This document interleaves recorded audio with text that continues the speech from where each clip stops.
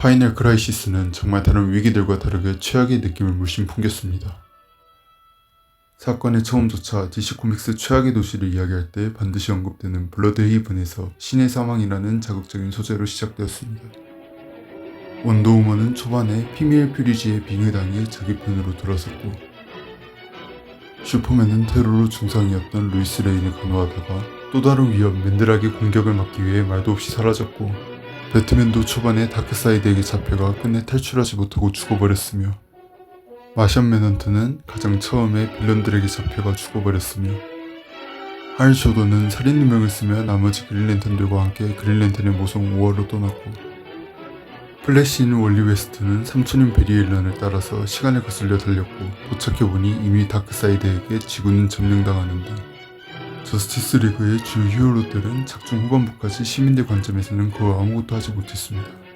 그것뿐인가요? 최악의 흑막인 맨드락이 슈퍼맨 타인인에서부터 서서히 우주 전체를 잡아먹으려 했고, 지구는 이미 다크사이드와 아포칼립스의 병력들에게 완전히 장악당했습니다. 다른 사람들은 여러 해석을 내리곤 하는데, 개인적으로는 그냥 영국인인 그랜튼 모리슨이 평소대로 자신이 생각하는 다크사이드를 잘 표현했다고 생각합니다. 다크사이드와 그의 진영의 모티브는 뭐 말 안해도 나치독일이죠.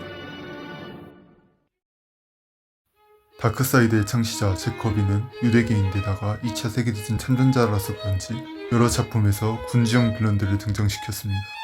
그랜튼 모리슨은 잭 커비가 만들어낸 다크사이드를 다루면서 그에 대한 존중인지 그의 캐릭터들을 많이 등장시켰습니다. 다크사이드 위하의 악신들의 주특기 특징들이 죄다, 주입, 세뇌, 선동, 암살, 실험, 친위 등등 차라리 나치와 다른 점을 찾는 게 더 빠를 지경입니다. 그리고 개인적으로 파이널 크라이시스는 서양인 기준 거의 유일하게 악이 승리했었던 2차 세계대전을 다룬다고 생각합니다. 신의 죽음. 작품의 가장 처음에 신인 오라이온이 죽게 됩니다.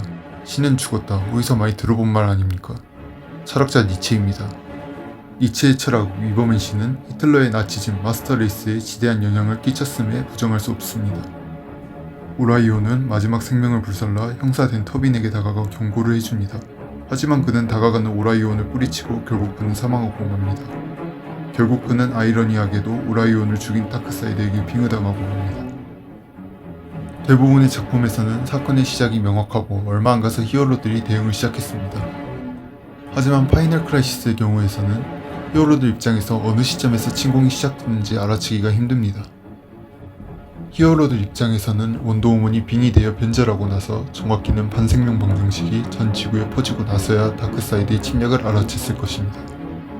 실제 역사인 2차 세계대전도 별반 다르지 않습니다. 스페인과 동부 유럽은 서로 죽일 듯이 싸웠고, 한참 전부터 일본은 중국을 기습 공격하여 전쟁 중이었고, 그 전쟁은 그대로 2차 세계대전으로 이어집니다.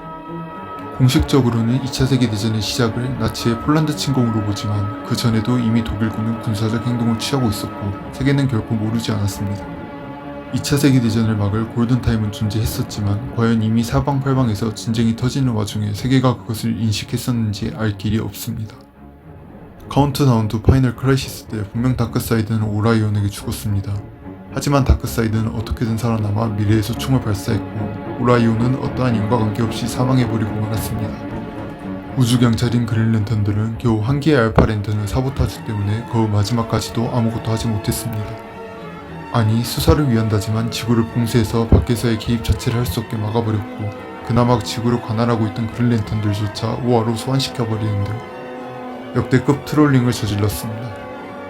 이 작품에서 그린랜턴이 한 것이라고는 또 다른 흑막 맨드락과의 전투에서 이기기 직전에 못 하나 박아넣어 소위 말하는 막타를 친 게 전부입니다.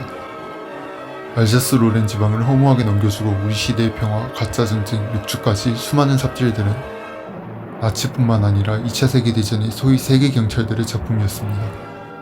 물론 그린랜턴들처럼 아무것도 안 한 건 아니지만, 다크사이드의 무리들이 나치 무리라면 중간에 그들을 대적한 악당들은 누구일까요? 개인적으로는 소련이라고 생각합니다.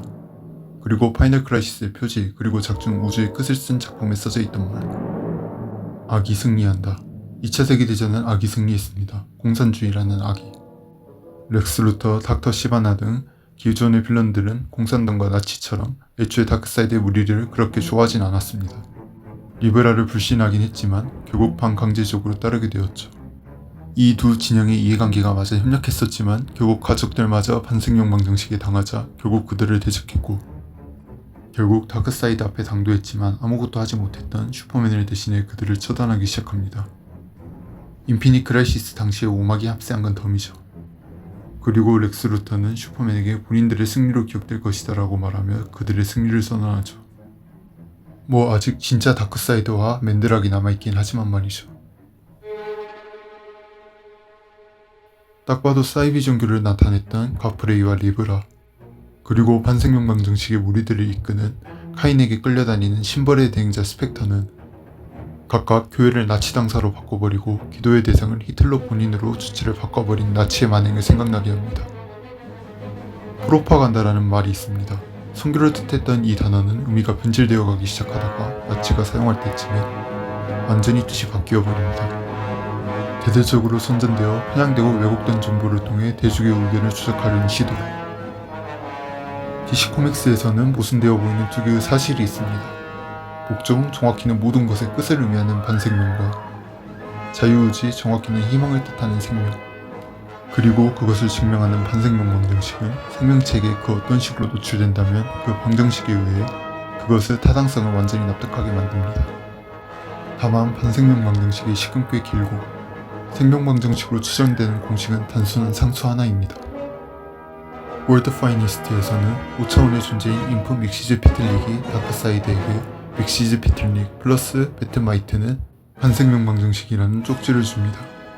엠퍼러 조코에서는 다크사이드가 믹시즈 피틀릭에게서 가져온 조코의 힘이 반생명 방정식과 유사하다는 말을 하죠. 그 외 여러 작품에서 반생명 방정식은 경외심, 정확히는 미지에 대한 공포, 코스믹으로에 가깝다고 표현되는 걸 알 수 있습니다. 독재자들이 주로 쓰는 방법 중 하나가 외부에 대한 공포로 자신을 따르게 만드는 것입니다. 다시 처음으로 되돌아가 보죠. 저는 다크사이드와 그의 악신들의 제국을 히틀러의 나치라고 말했고, 나치가 프로파간다를 자신의 정당, 최종적으로 히틀러 개인에 대한 숭배로 완전히 변형시켜버렸다고 이야기했습니다. 즉 프로파간다를 반생명 방정식이라고 생각합니다. 그걸 다크사이드가 히틀러처럼 자기 멋대로 왜곡시켜버리고 그 왜곡된 반생명 방정식은 다크사이드의 지원을 받는 리브라에 의해 퍼지게 됩니다. 하지만 파이널 크라이시스에서 반생명 방정식이 감염되었다가 풀려난 2대 퀘스천의 사례나 샌드맨에 나온 것처럼 반생명은 생명을 이길 수 없고 독재자들에 의해 왜곡된 반생명 방정식은 잘못된 것이기 때문에 반생명에 대한 증명을 완벽하게 할 수 없기 때문 아닐까요? 작품에서 세뇌된 군사들인 저스티파이어들은 책을 불태우고 반생명 방정식이 나의 무지를 정당화한다고 말하죠. 이건 민주주의라는 시스템을 생각하면 됩니다. 민주주의는 대중이 선택하고 그 책임을 대중이 집니다. 하지만 독재나 전제정은 선택할 권리를 잃었으니 책임을 지지 않는다는 말이죠. 파이널 크라이시스에서는 책과 신문 등이 중요 요소로 나옵니다. 저스티파이어들은 책, 신문 등 정보 매체라면 닥친 대로 불태웁니다. 같은 작가 그랜튼 모리슨의 작품인 멀티버시티 마스터마니에서는 나치들도 비슷하게 만화책을 태우고 있죠. 정보는, 지식은 독재자들이 국민을 수족 뿌리듯이 달 수 없게 막는 역할을 합니다. 인쇄술의 발달이 마틴 루터의 소리를 대중에 전달할 수 있게 만들었고, 인터넷의 발달이 아랍 봄에 적지 않은 도움을 주었죠. 현재는 실시간으로 정보가 들어오며 손짓 몇 번의 출처까지도 볼 수 있는 세상에서 대중의 지적 수준과 수단은 어떻게든 성장했고, 그래서 이번 계엄령이 실패한 이유 중 하나겠죠. 최후의 다크사이드는 슈퍼맨의 노래에 의해 패배합니다. 이건 파이널 크라이시스 슈퍼맨 비욘드를 봐야 이해되는 장면인데 노래의 운율은 다른 멀티버스의 이야기를 의미합니다. 결국 최후의 망령이 된 다크사이드, 독재의 망령은 이야기 정보에 패배하게 되죠. 파이널 크라이시스 슈퍼맨 비욘드에서 파이널 크라이시스는 DC 코믹스의 편집자나 다름없는 모니터들의 멸망을 서사라고 말합니다. 즉 파이널 크라이시스는 독재에 대한 만화, 즉 이야기, 정보, 책의 싸움인 것입니다. 모든 이야기, 책이 사라진다면 만화도 없고 만화가 없다면 편집자도 없을 테니까요. 그렇다면 위에 언급된 슈퍼맨 비욘드와 흑막 맨드락은 무엇이냐? 그것은 그 작품에서 나오는 슈퍼맨의 생각 로봇을 설명하며 말씀드리겠습니다. 다음 시간에요.